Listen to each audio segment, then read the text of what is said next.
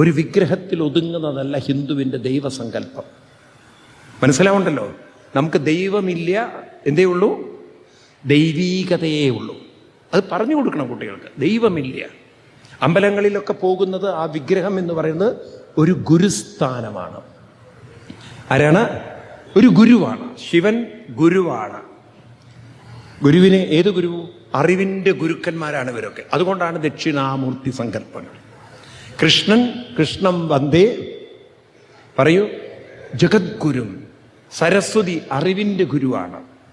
ലക്ഷ്മി സമ്പത്തിൻ്റെ ഗുരുവാണ്. ഒക്കെ ഗുരുക്കന്മാരാണ്. അതല്ലേ ഗുരുർ ബ്രഹ്മ. ദൈവം ബ്രഹ്മ, ദൈവം വിഷ്ണു എന്നാണോ എഴുതി വെച്ചത്? ആണോ? എന്താ എഴുതി വെച്ചത്?